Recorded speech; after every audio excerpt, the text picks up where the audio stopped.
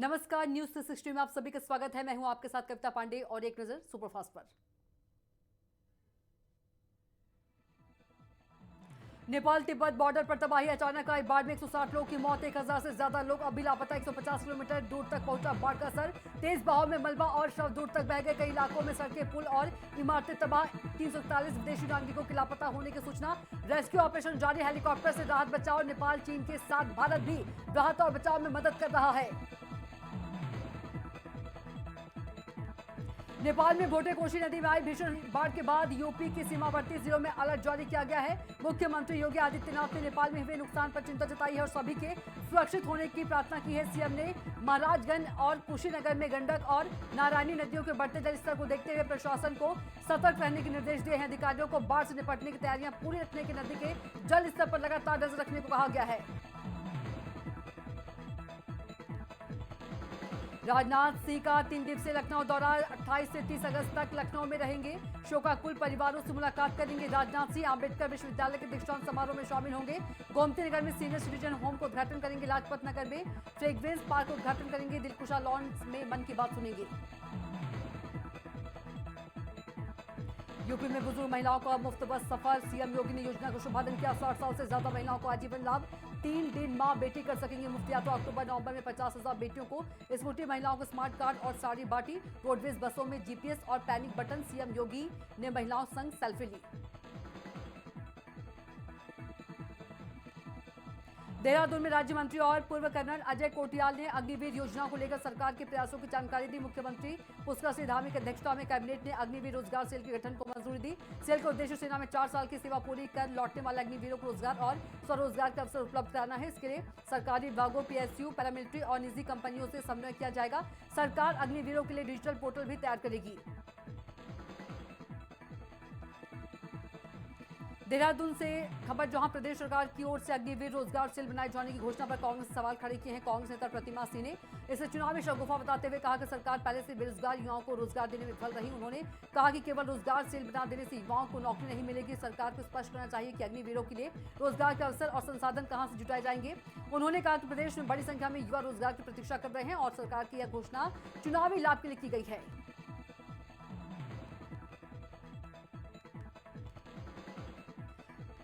देहरादून में टपकेश्वर महादेव की शोभा यात्रा निकाली गई। वहीं शोभा यात्रा में सीएम पुष्कर सिंह धामी शामिल हुए। उन्होंने भगवान टपकेश्वर महादेव की पूजा अर्चना कर प्रदेश के सुख समृद्धि और खुशहाली की कामना की। कार्यक्रम में महंत श्री कृष्णा गिरी महाराज, महंत दिगंबर भरत गिरी महाराज और टपकेश्वर सेवा दल के अध्यक्ष मौजूद रहे। सीएम ने कहा कि उत्तराखंड की समृद्ध धार्मिक और सांस्कृतिक परंपराएं अमूल्य धरोहर है। उन्होंने कहा कि धार्मिक आयोजन समाज में आस्था, एकता और आपसी सद्भाव को अपनी संस्कृति और परंपराओं से जोड़ने का कार्य करते हैं। वहीं मुख्यमंत्री ने शोभा यात्रा के आयोजन से जुड़े सभी संत महात्मा और श्रद्धालुओं को शुभकामनाएं दी। वहीं शोभा यात्रा के दौरान बड़ी संख्या में श्रद्धालुओं ने टपकेश्वर महादेव का दर्शन कर आशीर्वाद लिया।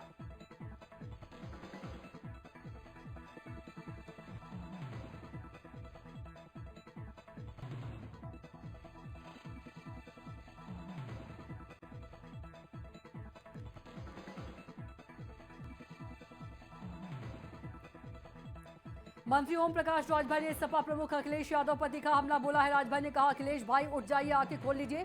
उन्होंने आरोप लगाया कि अखिलेश सहारनपुर जाने और जनसभा करने की हिम्मत नहीं जुटा पा रहे हैं। राजभर ने जातियों को लेकर कथित बयानबाजी पर सवाल उठाते हुए पूछा, क्या यही आपका पीडीए है? उन्होंने कहा कि 2027 में भी सपा की वापसी नहीं होगी और लठैतों का दौर अब लौट कर नहीं आएगा।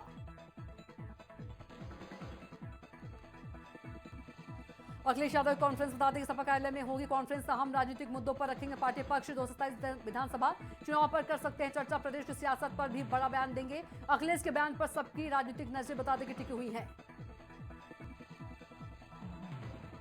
बसपा प्रमुख मायावती ने यूपी सरकार से अगले 6 महीने में 1 लाख युवाओं को सरकारी नौकरी देने की मांग की है। उन्होंने कहा कि भर्ती प्रक्रिया पेपर लीक और भ्रष्टाचार से मुक्त होनी चाहिए। मायावती ने एससी, एसटी और ओबीसी के बैकलॉग पदों को भरने की भी मांग की है। 69,000 शिक्षक भर्ती के अभ्यर्थियों और 6800 नियुक्तियों का मुद्दा उठाते हुए सरकार से सहानुभूतिपूर्वक विचार करने को कहा। उन्होंने बंद सरकारी स्कूलों को फिर शुरू करने और महिलाओं की सुरक्षा पर भी जोर दिया है। कांग्रेस प्रदेश अध्यक्ष अजय राय ने निषाद समाज के मुद्दों को लेकर बीजेपी और योगी सरकार पर निशाना साधा। प्रेस वार्ता में निषाद नेताओं ने कांग्रेस समर्थन और 227 में बीजेपी को जवाब देने के बाद कई नेताओं ने महंत राज दासू बता दें कि महंत राजू दास पर कथित आपत्तिजनक टिप्पणी का आरोप लगाते हुए माफी और एफआईआर की मांग की है। अजय राय ने सरकार पर निषाद समाज की अनदेखी और कानून व्यवस्था को लेकर सवाल उठाए। उन्होंने कहा कि 2027 के चुनाव में कांग्रेस अपनी ताकत दिखाएगी। कोटद्वार में विधानसभा अध्यक्ष ऋतु खंडूरी भूषण ने अपने कैंप कार्यालय में रक्षाबंधन का पर्व हर्षोल्लास से मनाया। इस दौरान उन्होंने पार्टी कार्यकर्ताओं और स्थानीय लोगों को राखी बांधकर रक्षाबंधन की शुभकामनाएं दी। विधानसभा अध्यक्ष ने कहा कि सावन मास की पूर्णिमा को मनाए जाने वाला पर्व भाई बहन के प्रेम, स्नेह और विश्वास का प्रतीक है। मसूरी में भाजपा प्रदेश अध्यक्ष महेंद्र भट्ट ने कांग्रेस पर निशाना साधा है। उन्होंने कहा कि विपक्ष के पास न ठोस मुद्दे हैं न कोई कार्यक्रम, इससे समाज का माहौल खराब करने वाले विषयों को तूल दिया जा रहा है। हल्द्वानी की कांग्रेस रैली के बाद रामलीला मैदान के शुद्धिकरण पर भट्ट ने कहा कि इसमें गलत कुछ भी नहीं है। पौड़ी के गढ़वाल सांसद अनिल बलूनी ने केंद्रीय शिक्षा मंत्री प्रहलाद जोशी से मुलाकात कर उत्तराखंड के पर्वतीय क्षेत्रों में केंद्रीय विद्यालय खोलने की मांग की है। बलूनी ने गैरसैंण, रामनगर, यमकेश्वर और देवप्रयाग में केंद्रीय विद्यालय स्थापित करने का अनुरोध किया है।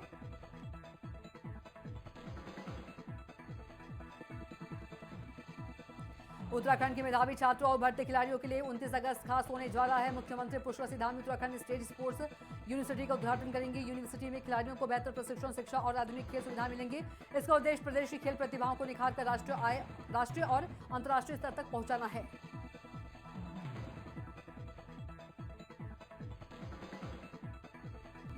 लोहाघाट पीजी कॉलेज में 9 दिनों से चल रहा एबीवीपी और एनएसवाई का छात्र आंदोलन फिलहाल स्थगित हो गया है। छात्रों ने धरना, भूख हड़ताल और कॉलेज की छत पर चढ़कर विरोध जताया था। एसडीएम नीतू डांगर ने छात्रों से वार्ता कर आश्वासन दिया, जिसके बाद आंदोलन समाप्त कराया गया। छात्रों ने चेतावनी दी कि मांगों पर जल्द कार्रवाई नहीं हुई तो आंदोलन दोबारा शुरू होगा। 27 अगस्त को मुख्यमंत्री से मुलाकात कर मांगे रखने की बात कही गई है। कॉलेज में सुरक्षा के पुलिस बल तैनात रहा।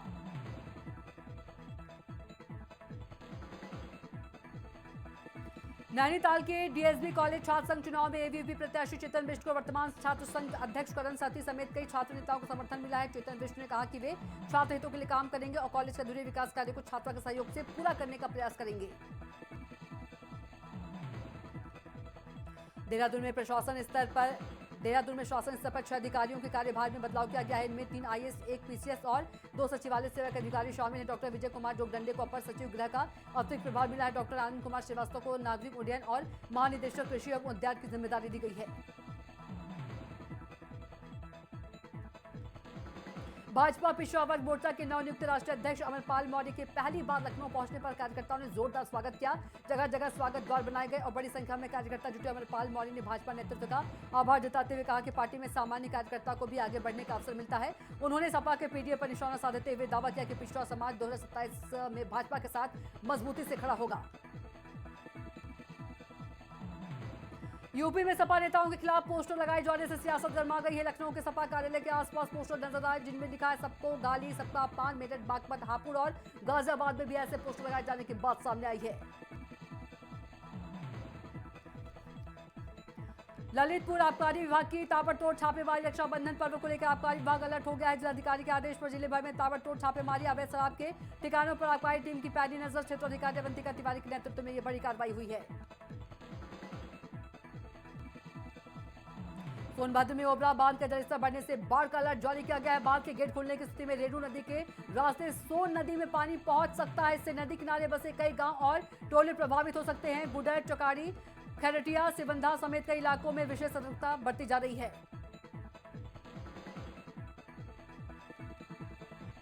मिड डे मील के राशन में कीड़े मिलने पर कार्रवाई हुई। बताते कि जांच के बाद प्रधानाध्यापक को निलंबित कर दिया गया है। खंड शिक्षा अधिकारी अनुपम शुक्ला ने जांच की। ताका के रतहरी गांव स्कूल में सामने आया था मामला।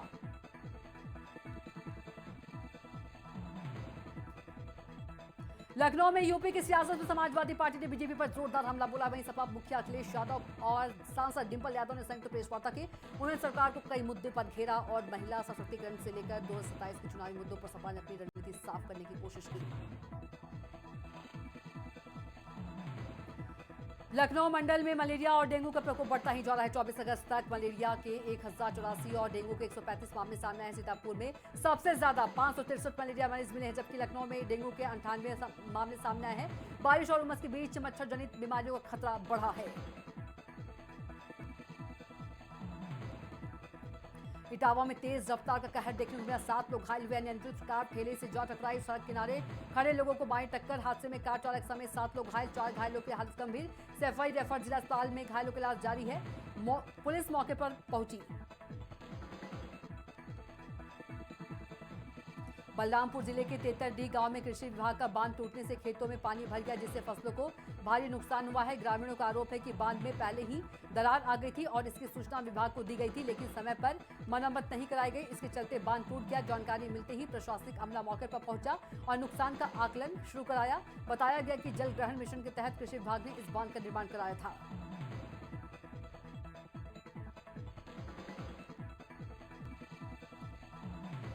नेपाल में भारी बारिश और बाढ़ के बाद यूपी में भी बाढ़ का खतरा बढ़ गया है। महाराजगंज और कुशीनगर में प्रशासन हाई अलर्ट पर है। गंडक बैराज के सभी 36 गेट खोल दिए गए हैं। प्रदेश के 19 जिले बाढ़ की चपेट में हैं। बदायूं में गंगा खतरे के निशान से ऊपर है।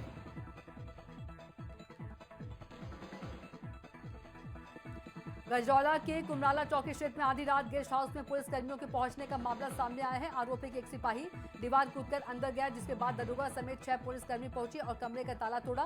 करीब 2 घंटे तक पुलिसकर्मी वहां रहे। गेस्ट हाउस संचालक ने करीब 30,000 रुपए और सामान गायब होने का आरोप लगाया है।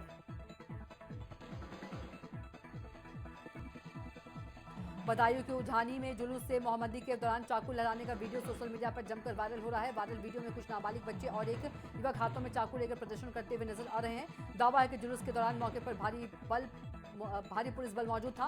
वीडियो सामने आने के बाद पुलिस ने मामले की जांच शुरू कर दी है। पुलिस वीडियो के आधार पर लोगों की पहचान और पूरे घटनाक्रम की जानकारी जुटा रही है। मामले को लेकर अब सवाल उठ रहे हैं। अम्बेडकर नगर में घाघरा नदी में हादसा सामने आया है। आलापुर थाना क्षेत्र के चहोड़ा घाट पर एक युवती नदी में चली गई। उसे बचाने के लिए उसकी छोटी बहन भी नदी में उतर गई। तेज बहाव में बड़ी बहन बह गई, जबकि स्थानीय लोगों ने छोटी बहन को सुरक्षित बाहर निकाल लिया। उसे इलाज के लिए प्राथमिक स्वास्थ्य केंद्र में भर्ती कराया गया है। हमीरपुर में रक्षाबंधन से पहले सोने चांदी की राखियों का क्रेज देखने को मिल रहा है। सराफा बाजार में बहनें भाइयों के लिए खास डिजाइन वाली राखी खरीद रही हैं। दुकानदारों के मुताबिक सोने की राखियां करीब 11,000 से 50,000 रुपए और चांदी की राखियां 400 से 2,000 रुपए तक की है। इन राखियों की मांग बढ़ी है। लखनऊ में हिंद चैरिटेबल ट्रस्ट पर हजारों करोड़ रुपए के कथित घोटालों के आरोप को लेकर विवाद जारी है। ट्रस्ट के डॉक्टर आमोद सचार ने आरोपों पर सफाई दी। उनका कहना है कि आरोप लगाने वाले लोग अब ट्रस्ट का हिस्सा नहीं है। सचार ने आरोप लगाया कि ट्रस्ट के खातों के कथित गलत इस्तेमाल और अवैध वसूली की जानकारी मिलने पर कार्रवाई की गई थी। उनका दावा है कि कार्रवाई से बचने के लिए ट्रस्ट और उनकी छवि खराब करने की कोशिश की जा रही है। त्योहारी सीजन को देखते हुए खाद्य सुरक्षा विभाग ने रुद्रपुर, काशीपुर और बाजपुर में चेकिंग अभियान तेज कर दिया है। टीम ने कई खाद्य प्रतिष्ठानों का निरीक्षण कर पनीर, दुग्ध उत्पाद और मिठाइयों के नमूने लिए। काशीपुर के कई होटलों और मिठाई दुकानों में जांच के दौरान गंदगी मिलने पर चालानी कार्रवाई की गई।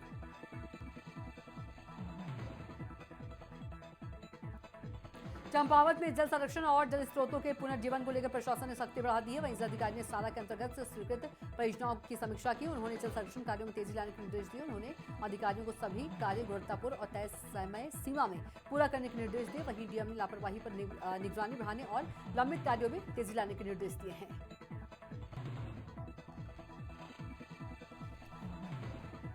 हल्द्वानी में प्रस्तावित यूजीसी कानून के विरोध में सवर्ण समाज के लोगों ने धरना प्रदर्शन किया। प्रदर्शनकारियों ने सरकार से बिल को तत्काल वापस लेने की मांग की है। उनका कहना है कि प्रस्तावित कानून समाज में समानता और समान अधिकारों की भावना को प्रभावित कर सकता है।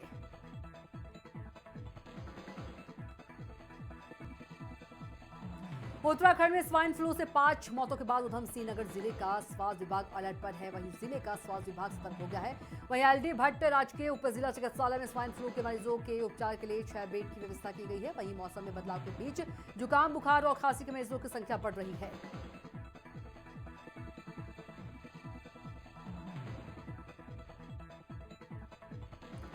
नैनीताल के खनसई क्षेत्र में पत्नी को पीट कर हत्या करने के मामले में फरार आरोपी भीम सिंह को पुलिस ने गिरफ्तार कर लिया है।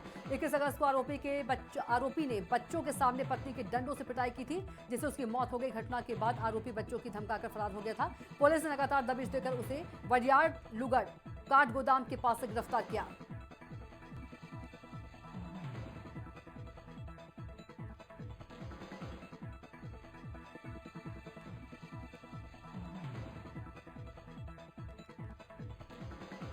हरिद्वार में पुलिस ने साइबर क्राइम के खिलाफ बड़ी कार्रवाई की है। पुलिस ने 5 आरोपियों को गिरफ्तार किया। आरोपियों से 35 एटीएम कार्ड और 14 पासबुक, 18 मोबाइल फोन समेत 37,500 रुपए की नकदी बरामद की है। पुलिस ने 2 करोड़ 75 लाख रुपए से अधिक के संदिग्ध डिजिटल लेन देन के सुराग मिलने का दावा किया है।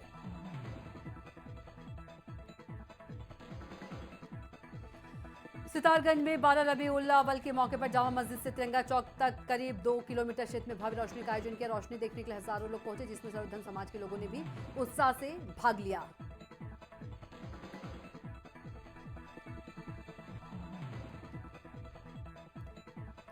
देहरादून में ईद के अवसर पर मुस्लिम समुदाय ने यात्रा निकाली। वहीं यात्रा के दौरान लोगों में खासा उत्साह देखने को मिला। वहीं यात्रा के दौरान ईद की खुशियों और आपसी भाईचारे का माहौल भी नजर आया। वहीं मुस्लिम समुदाय ने एक दूसरे को ईद की शुभकामनाएं दी। काशीपुर में जश्न ईद मिलाद नबी के मौके पर जुलूस ए मोहम्मदी शान और शौकत के साथ निकाला गया। ग्रामीण क्षेत्र बैलजुड़ी और शहर के किला मोहल्ला अली खान और कटोरा ताल से होते महाराणा प्रताप चौक और बिन बाजार तक पहुंचा। जुलूस में हजारों लोग शामिल हुए और सरकार की आमद मरहुबा और लब्बैक या रसूल अल्लाह के नारों से शहर गूंज उठा।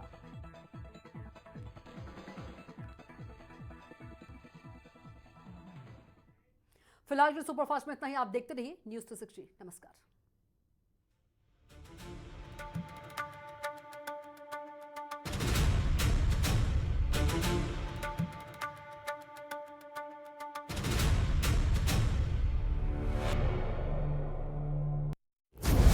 मिलावटखोरों पर योगी